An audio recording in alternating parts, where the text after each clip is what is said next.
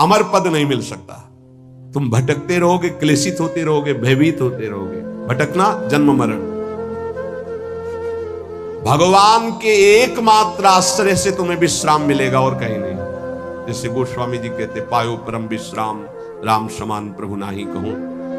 लेकिन कोई भगवान का आश्रय लेना नहीं चाहता, रुपया का आश्रय लेना चाहता है। वस्तु का बल, पद का बल, परिवार का बल, देह का बल, समाज का बल। तब तक भगवान के दर्शन हो जाएं, लोग बातें बनाते समझते नहीं। अरे द्रौपदी जी अवतार हैं, द्रौपदी जी कोई जन्म नहीं लिए, अवतार हैं, शक्ति का अवतार हैं, यज्ञ कुंड से प्रकट हुई। लेकिन आश्रय दृढ़ तब हुआ इस घटना के बाद, चीरहरण घटना के बाद। नहीं, पांडवों का आश्रय था, सभा का आश्रय था, अपना बल का आश्रय था, दांत का आश्रय लिया। जब सब छूट गया तो गोविंद द्वारिकावासी। ये चीज समझने, कल कुछ संत भगवान आए थे, उनसे यही चर्चा हुई। आश्रय तत्व पर दृष्टि रखो। कहां आश्रय है तुम्हारा? अंदर से देखो, अभी भगवत प्राप्त हो जाओगे। बिगड़ी जन्म अनेक की अब ही सुधरे आज, आज अभी होई राम को। आश्रय राम का, आश्रय हरि का, आश्रय प्रभु का। किसका आश्रय? सूरदास जी महाराज कह रहे, अपबल, तपबल और बाहुबल, चौथो बल है दाम। किसका आश्रय इनमें से? अपना बल, तपस्या का बल, दाम का बल, विद्या का बल। किसका बल है? बोले सब बल कहां जागृत होता है? बोले हारे को हरि नाम। जो भगवान के आश्रित हो गया, नाम के आश्रित हो गया।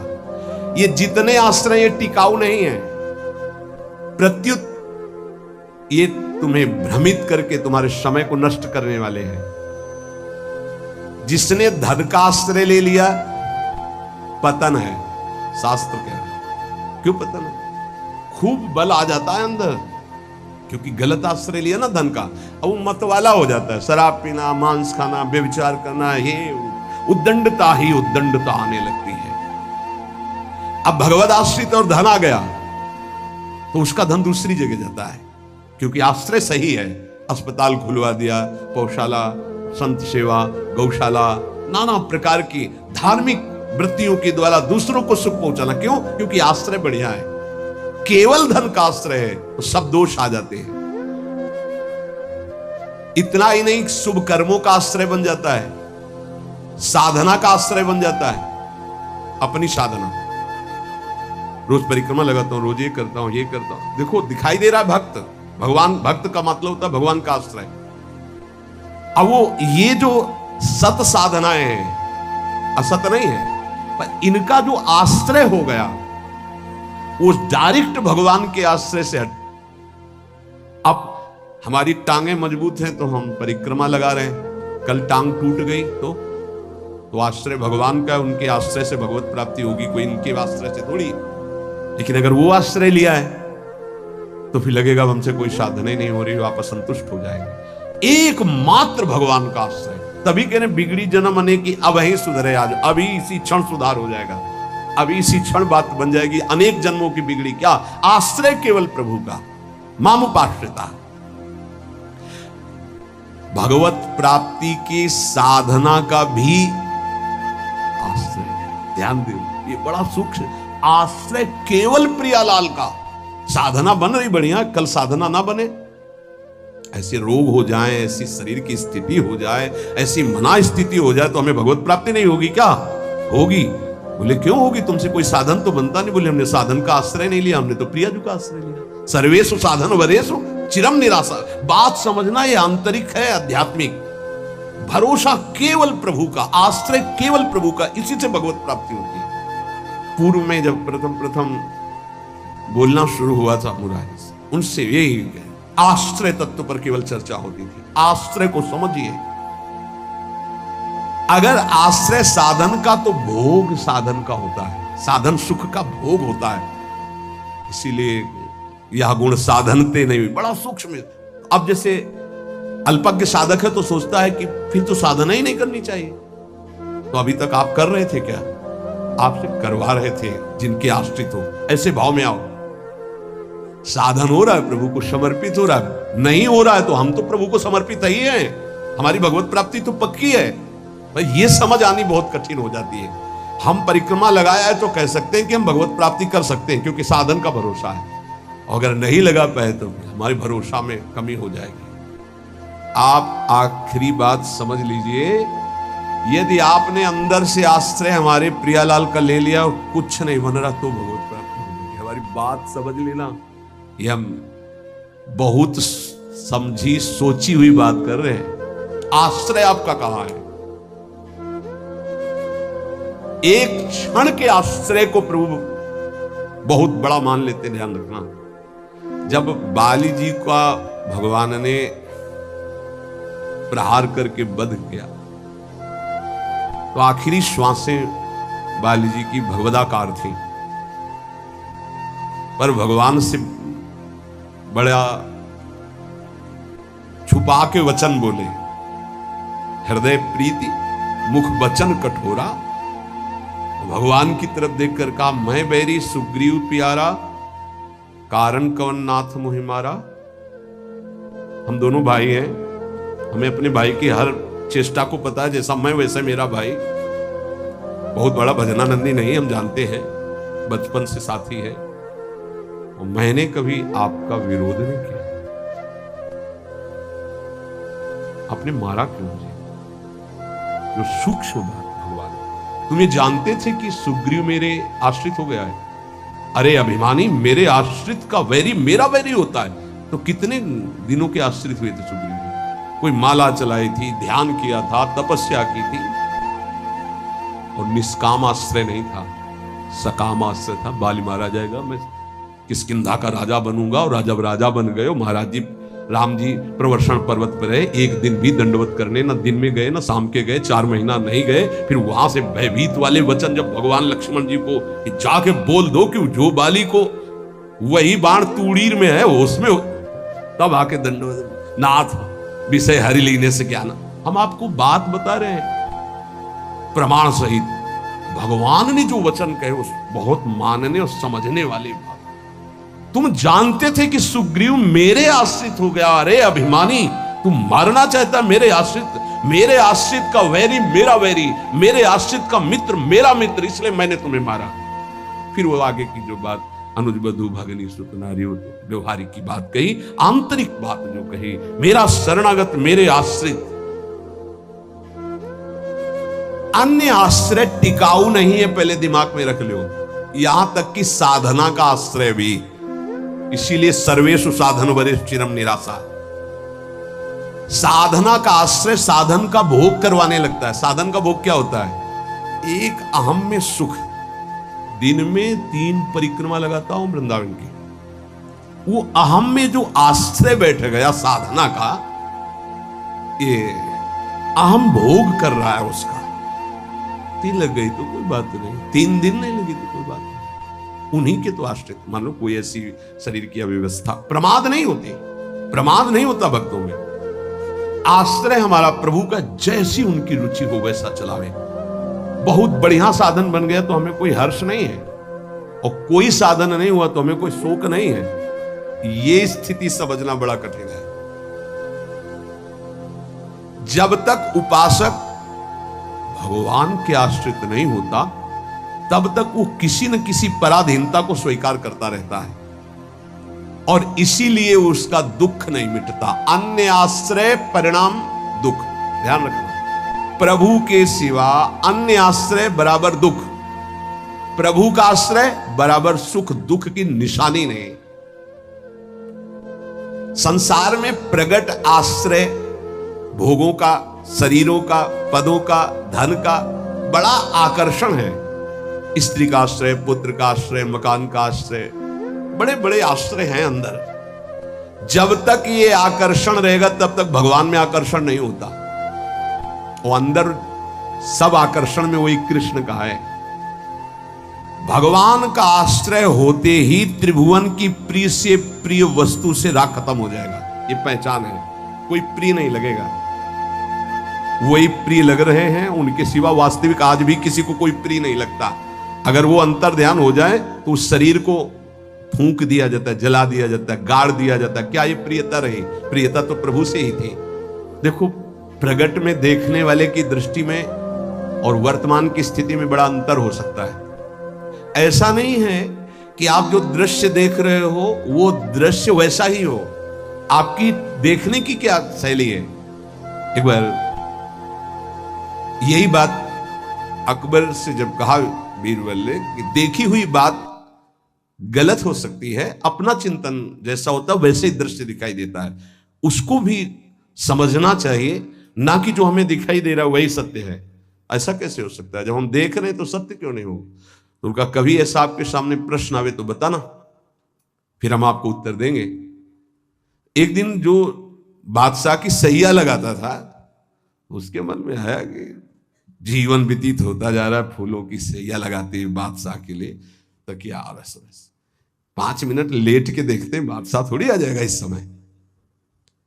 लेटा तो सोचा इनका जो चद्दर है इतना सुगंधित और मुलायम, जरा डाल के डाला और आंख मूंद के 5 मिनट आनंद लेते, सो गया। अब भैया कहां चारपाई में सोने वाला, कहां बादशाह की सैया में। और दरबार में उनको विलंब था, तो जो उनकी पत्नी थी वो वहां गई। आज महाराज बिना कुछ खाए पिए बात किए, हमें लगता कोई सीरियस मैटर रहा होगा, थकित होकर के सो गए। पार्श्व में वो सो गए। बादशाह आया तो देखा मेरी सैया में कोई पुरुष और हमारी पत्नी। तलवार खींची तो कहा, उसने कहा था बीरबल ने कि दृश्य झूठा हो सकता है। उसको बुला के कहते हैं एक दृश्य कहां से झूठा हो सकता है, मैं सत्य देख रहा हूं। बुलाया और कहा कि तुम कहते थे दृश्य झूठा हो सकता है, देखने वाले की क्षमता के अनुसार दृश्य दिखाई दे। मैं देख रहा हूं मेरी पत्नी किसी गैर पुरुष के साथ पड़ी हुई, ये झूठा है? बोले महाराज झूठा भी हो सकता है। झूठा ही है मैं ऐसा नहीं कहता, लेकिन झूठा भी हो सकता है। अब कौन पुरुष है अब हमें तो पता नहीं, लेकिन आप 2 मिनट खंभे की आड़ में रुकिए। रानी को ऐसे, जी बोले आप किसके साथ सो रहे? महाराज के साथ। बात नहीं की? बोले थके थे, सो रहे थे इसलिए, जगह नहीं, पार्श्व में सो रहे। ठीक है आप जाइए, हम महाराज को जगा के ला रहे हैं क्योंकि भोजन नहीं पाया इनको पकाना। हाँ पर्दा हटाया तो वो फूल बिछा ले। वो तो घबरा रहा था एकदम, तो उनका मालिक जान बचा लो, मुझे ऐसा ऐसा आया इसलिए। नहीं तो किसके साथ? वो हमारे साथ तो कोई नहीं था। बादशाह पर्दे की आड़ में सो, बोले चुपचाप भाग जा, अगर बादशाह जान गए तो मार भागा। बोले सरकार देखा दोनों निर्दोष थे, यदि आप मारते तो दोनों की हत्या आप कर सकते थे, लेकिन दोनों निर्दोष थे। हमारी दृष्टि प्राकृतिक दृश्यों का फाइनल नहीं कर सकती, फिर सच्चिदानंद का कैसे? तो हमें अपनी दृष्टि सुधारने। वीत राग, जिनका राग बीत गया है, अर्थात परम वैराग्यवान, भगवत लीला का रसास्वादन, इसलिए परम वैराग्यवान परमहंस शिरोमणि सुखदेव जी को श्रीमद् भागवत कथन का अधिकारी श्री भगवान व्यासदेव जी ने जान करके भागवत दी। जब कोई प्रभु से विमुख हो जाता है तो नाशवान पदार्थों में और शरीर में, ये नाशवान है, इसमें राग हो जाता है। अब ये राग उससे पापाचरण कराता रहता है, वो भगवान की लीलाओं को नहीं देख सकता। हमारा सच्चिदानंद प्रभु की प्राप्ति का पहले भूमिका समझ ले। जब कोई तीनों रागों से, 3 प्रकृति के गुण, 3 शरीरों की रचना, तीनों लोकों का वैभव, तीनों रागों से जो मुक्त हो जाता है वो भगवत प्राप्त होता है। भगवत प्राप्ति में भी बड़ा भेद है कई तरह का। भगवत प्राप्ति में भी जो रस सिद्ध महापुरुष है, वो गोपी भाव को, जो उनसे भी सहचरी भाव को, आपकी दशा का है देह भाव में हो। अब देह भाव से देखोगे तो क्या दिखाई देगा? जैसा चश्मा वैसे दिखाई देगा। इसलिए लीला का वास्तविक रहस्य कौन जानता है? बोले वीतराग। कौन वीतराग? बोले जो परमात्मा से विमुख है, उसका नाशवान प्रकृति के द्वारा रचे हुए वस्तु, व्यक्ति, स्थान, शरीरों में राग हो जाता है। वो राग जिसका नष्ट हो चुका है उसे कहते हैं वीतराग, परमहंस।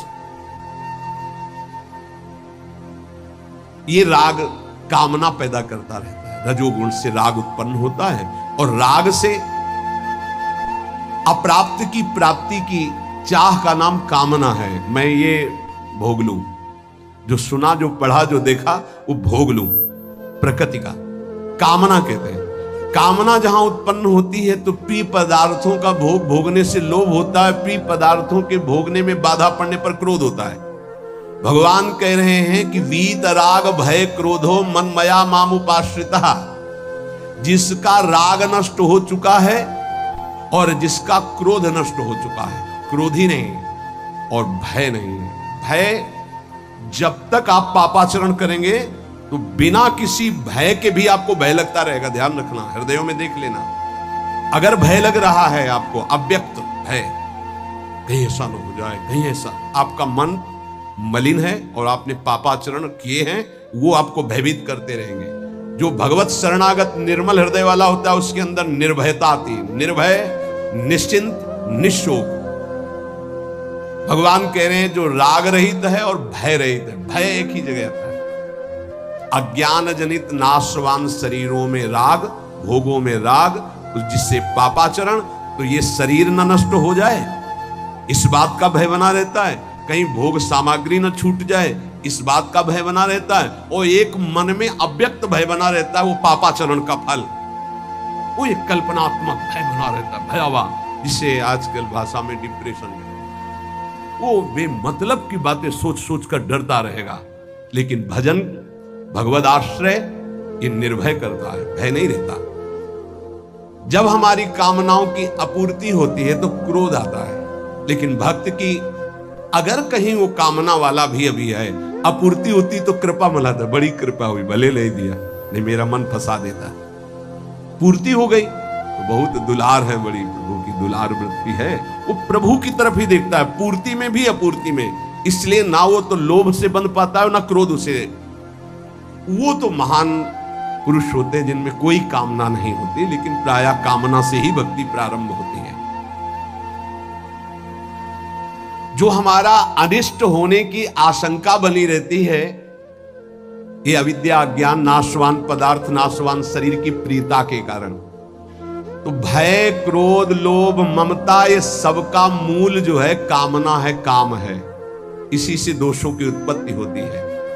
जब तक ये काम है तब तक भगवान की लीलाओं को तुम कैसे जान सकते हो? कैसे जान सकते हो? जब तक तुम्हारे शरीर से काम क्रीड़ा होती है, तुम्हारे अंदर मन में कामनाएं प्रकट होती हैं, तब तक तुम भगवान के चरित्रों का रहस्य नहीं जान सकते।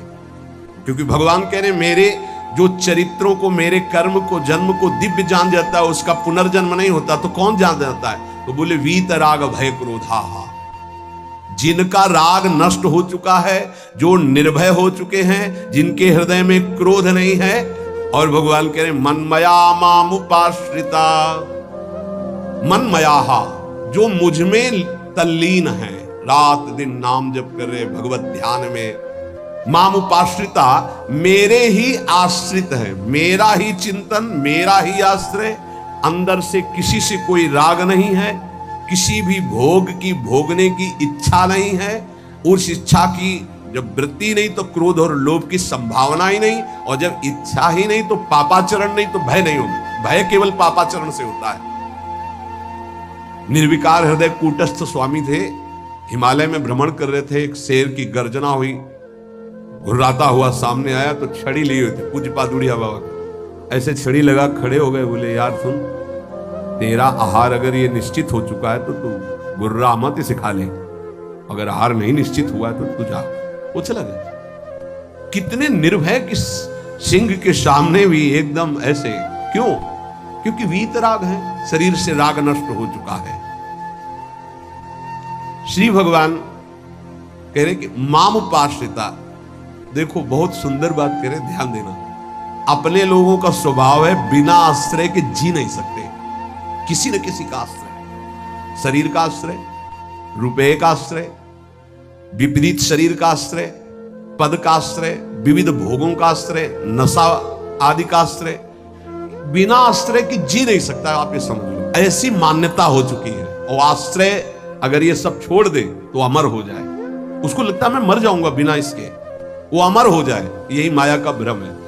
किसी न किसी का आश्रय लिए रहता है, कभी भी वो आश्रय टिकाऊ नहीं है। ध्यान देकर देखिए क्या टिकाऊ है? मनुष्य शरीर टिकाऊ है? नहीं। Bank balance?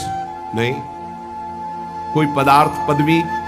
नहीं, बहुत ध्यान देने योग्य बात है। परमात्मा के अंश तुम्हारे अंदर जो एक आश्रय लेने की वृत्ति प्रकट हुई है प्रकृति से, यही बंधन है। और इस बंधन को तुम तभी छुड़ा सकते हो जब प्रकृति को जिसने रचा उसका आश्रय ले लो, परमात्मा का, प्रभु का। भगवान का अंश जब तक प्रकृति के कुछ भी आश्रय रखेगा तब तक वो भय, क्रोध, लोभ, राग इनसे पिटता रहेगा, चिंता, शोक, नाना प्रकार की वीत राग। बहुत सुंदर बात है, लीला का निर्विकार स्वरूप अनुभव देखो।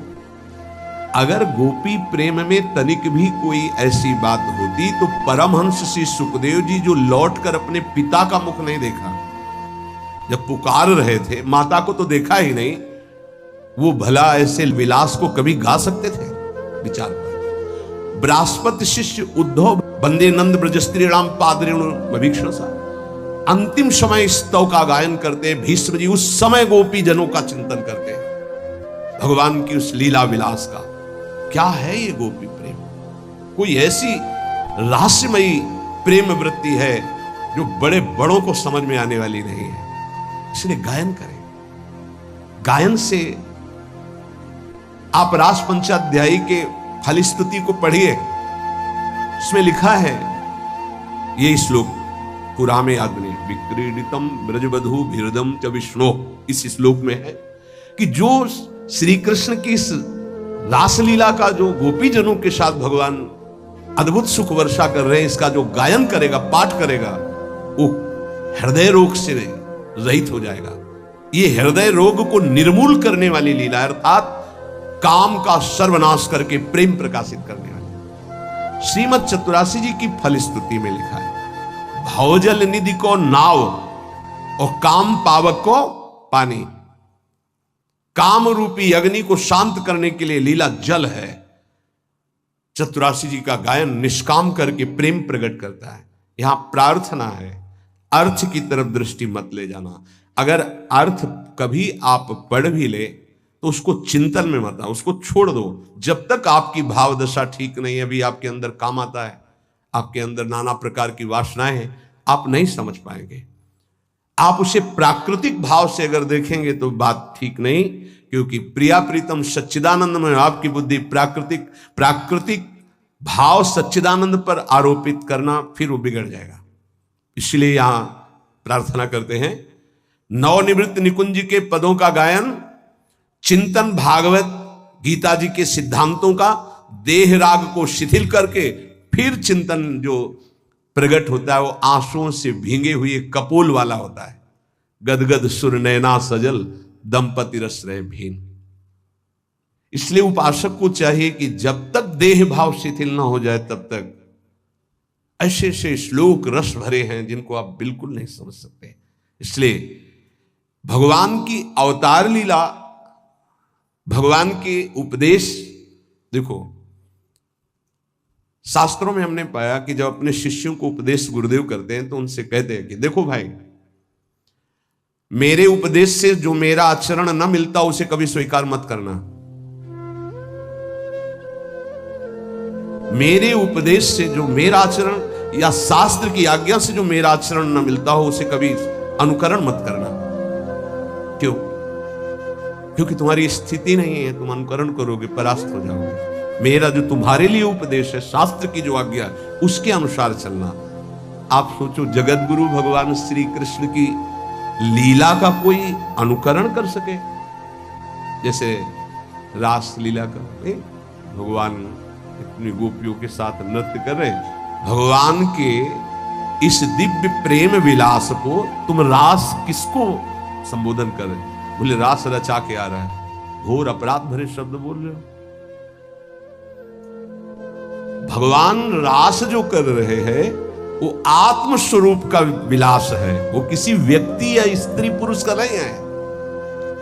भगवान ने जो कुछ लीलाएं ऐसी की जिनका अनुकरण स्वाभाविक करके हम प्रेम मगन हो सकते हैं, कुछ लीलाएं हैं जिनका गायन करके प्रेम में मगन हो सकते हैं, कुछ लीलाएं हैं कि पढ़ सुन करके हम गर्वित हो सकते हैं, मेरे प्रभु ऐसे।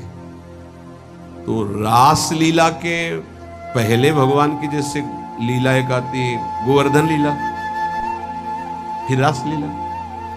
चलो रास लीला तुम करने के अनुकरण करने की बात करते, चलो गोवर्धन लीला करो। नहीं, भगवान जो लीला करते हैं उनका अनुकरण करो, गोवर्धन लीला करो। अब भी 21 किलोमीटर के महाराज हैं गिरिराज जी। श्री कृष्ण चंद्रजू जो लीला कर रहे हैं वो गायन करनी है, अनुकरण करने की सामर्थ्य किसमें है? किसमें है? भगवान शंकर ने हलाहल जहर निकला समुद्र मंथन से, यहां रोक लिया। तुम एक कुल्ला पानी रोक के दिखाओ, पानी और हलाहल जहर रोक लिया। तो सामर्थ्यवान महापुरुषों का आचरण वही अनुकरणीय है जो शास्त्र सम्मत है, जिनका वो आदेश कर रहे हैं कि आप ऐसा कीजिए। हर बात अनुकरणीय नहीं है, क्योंकि वो किस दशा में किस स्थिति में है। इसीलिए यहां भगवान कह रहे मेरे जन्म कर्म की दिव्यता को कौन जानेगा, और जो जानेगा उसका पुनर्जन्म नहीं होगा। तो बोले वीत राग, जिसका राग नष्ट हो चुका है। बोले कहां से बोल रहे हो? बोले वृंदावन से बोल रहे हो। क्या बोल रहे हो? विधि निषेध नहीं दास अनन्य उत्कट व्रतधारी। हम उन आचार्य की शरणागति के बल पर बोल रहे हैं जो शास्त्र विधि निषेध के दास नहीं है। करनी अकरनी दो विधि भूले, विधि निषेध सब रहे धरे। नर हरिदास ते भय बावरे, जे आह प्रेम प्रवाह परे। तो सुने न काहू की कही, कहे न अपनी बात। नारायण वा रूप में मगन रहे दिन रात। ना काहू सो बोलिबो, ना कोई व्यवहार। बस अपनी कुंवरी किशोरी को जियत निहारी निहार। कुछ नहीं। ऐसे उपासक के सामने मोक्ष पदवियां सिद्धियां हाथ जोड़े खड़ी रहती हैं, पर उसको चाहिए ही नहीं। जब तक चाह है तो पकड़ में नहीं आएंगी, जब चाह मिट गई तो सब घेर लेते हैं अपने आप, सारा वैभव रिद्धियां सिद्धियां सब। जब तक चाह है तब तक कर्म का भोग भोगना पड़ेगा। अचाह हो गए तो अब भगवत विधान लागू हो जाता है। अचाह महापुरुष के ऊपर प्रारब्ध नहीं, भगवत विधान लागू होता है। जिसको इस बात पर विश्वास नहीं वो प्रवृत्ति में फंस जाएगा।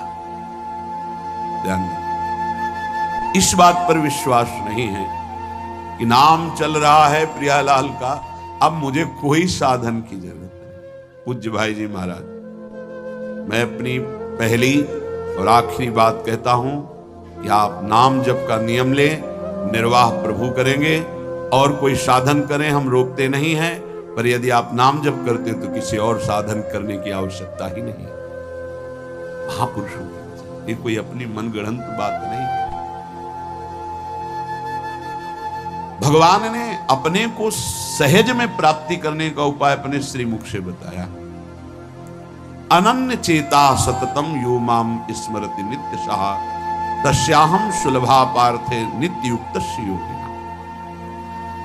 जो पुरुष, जो उपासक अनन्य चित्त से मेरा स्मरण करता है, मैं उसके लिए सहज हो जाता हूं, सहज प्राप्त हो जाता हूं। जिनको लगता है भगवत प्राप्ति बहुत कठिन है, अरे ये तो कहीं ब्रह्म ऋषियों को मिलते हैं, नहीं नहीं, ये इतने कृपालु हैं कि बिल्कुल सहज हैं। जो सहज हो जाए तो बहुत जल्दी मिल जाए। कहीं गाय चराने वाले को मिल जाते हैं, कहीं एकदम भोले भाले जिनको ज्ञान ही नहीं है उनको भी मिल जाते हैं। एक बहुत ही भोला नवयुवक था, अढ़ैया नाम था उसका। अढ़ाई कहते हैं 2.5 किलो को। पहला आहार उसका 2.5 किलो का ही है, आगे आप श्रद्धा रखें तो और प्लस हो सकता है। लेकिन वो मतलब घर में माता पिता पधार गए तो उसे कोई 2.5 किलो आटे की कौन रोटी बना के दे।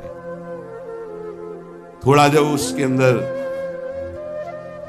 चेतना जागृत हुई तो जब कहीं ठौर नहीं मिलती तो संतों का आश्रम मिलता है। एक आश्रम में गए, उन्होंने कहा हमको नौकरी में रख लो, कोई सेवा में रख लो।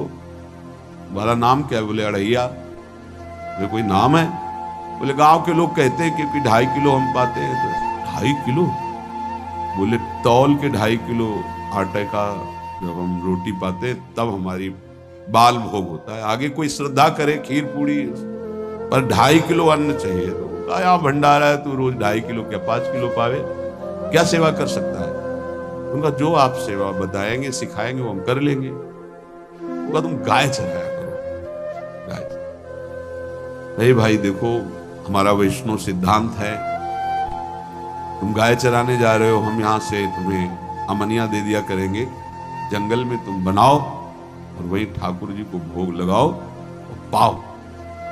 बिना भोग लगाए पाने का विधान हमारे आश्रम से आपका नहीं बन सकता। हमको तो कुछ आता नहीं भोग लगाना, क्या भोग लगाए? तो कहा जब आप बना लीजिएगा, क्योंकि अब यहाँ 2.5 किलो तुम्हारे लिए अलग से बन करके जाए, तुम अपना बनाओ, जो जो चाहो भंडारी से कह दिया दे दिया करो, वहीं लकड़ी बीनो, वहीं बनाओ और गाय चराओ और ठाकुर को भोग लगा के पाओ, जितना मनावे आप पाओ। पहले दिन भोग मिला, बाटी बना, गरीब आदमी था, घर से तिरस्कृत था, वो सब जानता था। बाटी ऐसे उपला बीन लिए, बाटी बनाए, 2-4 आलू का भरता बनाया, 2.5 किलो आटे की बाटी। उसने कहा गुरुदेव के ठाकुर आओ भोग लगाओ आके। बड़े बड़े ऋषि मुनि मंत्रों से आवाहन करते रहते हैं, सरकार पधारते नहीं, केवल भाव से भोग लगाते। वो इतने लीला बिहारी प्रभु आ गए, श्री राम जी। अड़ैया ने आंख खुरप लगी ऐसी, तो आंख खोल के देखा, नवीन मेघ कांत अरविंदाक्ष सारंग धनुष धारण किए हुए सामने खड़े। कौन हो आप? राम जी कहते हैं, आपने कहा गुरुदेव के ठाकुर आ, तो गुरुदेव तुम्हारे जो है उनके हम ठाकुर जी हैं। सही में आते हो तुम? बोले आए तो गए, हम पाएंगे। बड़ी खुशबू आ रही है आलू के भरता की, तुम्हारी बाटी बनी हुई। गुरुदेव ने कहा तो भोग लगा के पाना, तब आप पाते तो हैं, नहीं सुना है? बोले नहीं नहीं पाते हैं, पर सबका नहीं पाते हैं। आप जैसे भक्त जब पुकारते तो बिल्कुल कुछ नहीं जानता, इसलिए हम कह रहे बड़े बड़े विद्वान और योगी जन रास्ता देखते रहते हैं।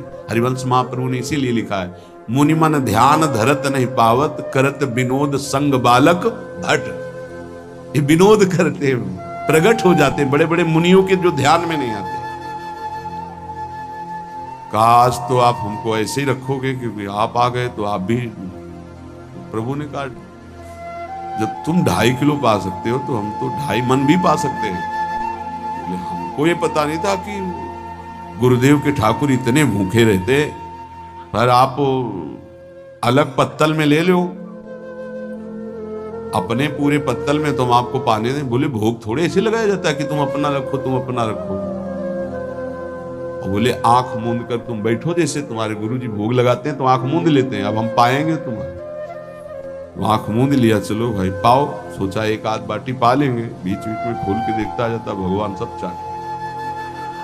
भगवान बड़े करत विनोद संग बालक भट, हरिवंश महाप्रभु कह रहे, करत विनोद संग बालक भट, मुनि मन ध्यान धरत नहीं पावत।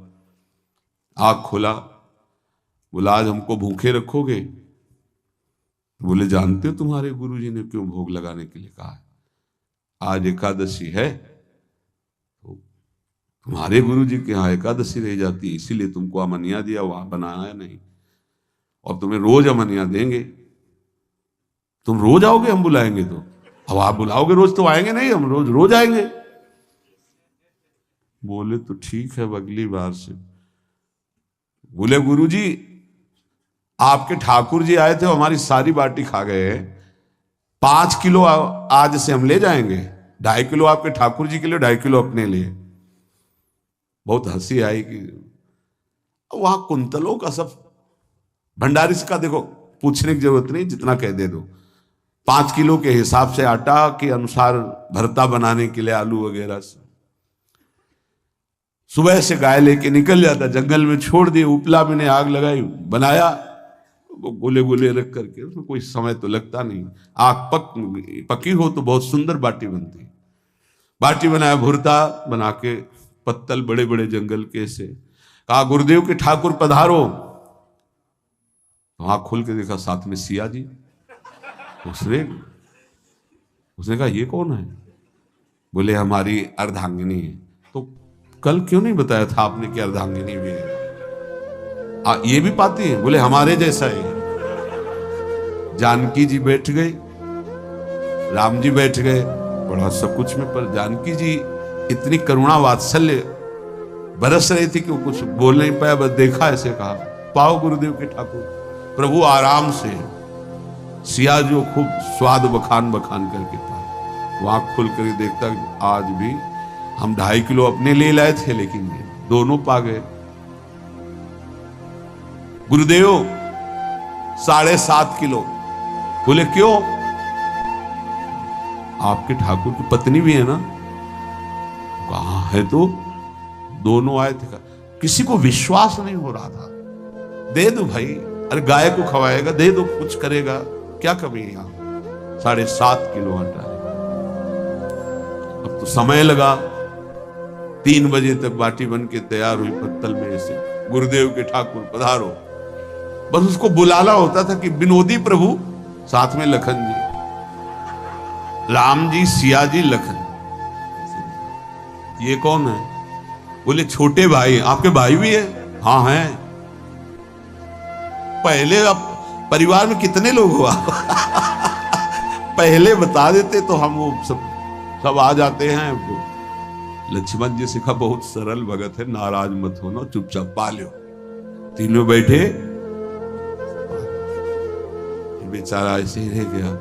जब वो चले गए तो पत्तलों में जो किनका रहता था, एक अद्भुत आनंद। अगले दिन गया, बोले गुरुजी 10 किलो आटा चाहिए। 10 किलो क्यों? बोले आपके ठाकुर जी भी आते हैं, उनके ठाकुरायन भी आते हैं, उनके परिवार के भाई भी आते हैं, गोरे गोरे थे वो। कैसे, इसको कैसे अनुभव हो सकता है? सियाराम लखन जी का बहुत हट किया। 10 किलो आटा लिया, बनाया, 4 बज गए, रखा। मन में सोच रहा था आपकी संख्या ना बढ़ जाए। कहा गुरुदेव के ठाकुर पधारो। विशाल गदा, भयंकर स्वरूप हनुमान जी महाराज। आँख खोला तो 3 स्वरूप में प्रभु खड़े हुए थे, सियाराम लखन, हनुमान जी चरणों में। पूछा ये कौन है? तो कहा ये हमारे प्रिय सेवक हैं हनुमान जी। एक बार आप अपने पूरे परिवार का, अपने सेवकों का वो आप पर्चा बना के दे दो, गुरु जी को दे देंगे जाके। हर बार एक बढ़ जाता है तो भगवान मुस्कुराए, हनुमान जी इसका कुछ बोलना मत, बहुत निराला भगत है। बोले पाओ प्रभु। तो पहले सिया राम जी पाए, फिर जो प्रसाद लक्ष्मण जी पाए, फिर हनुमान जी पाए। हनुमान जी सब पूरा बहुत निर्मल भाव से बनाया हुआ और निर्मल भोला भक्त। अगली बार कहा गुरुदेव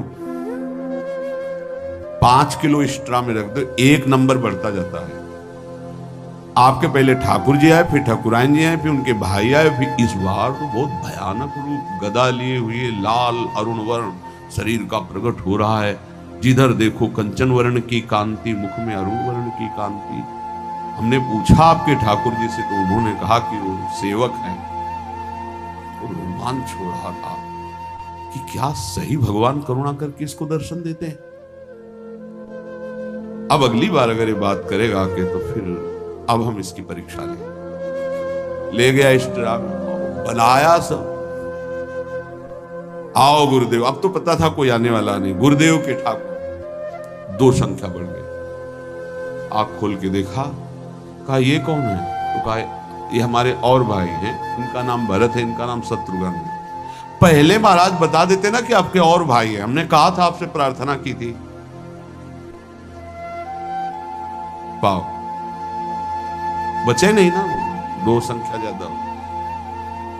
अगली बार गुरुदेव से कहा कि गुरुदेव 20 किलो वाली बोरी में भर दीजिए, अब हम दिन भर बनाएंगे क्योंकि आपके इतने ठाकुर हैं। आज गया लेकर सब ऐसे रख करके पत्तल डाल दिया, कहा गुरुदेव के ठाकुर पधारो, बिल्कुल नहीं बनाया।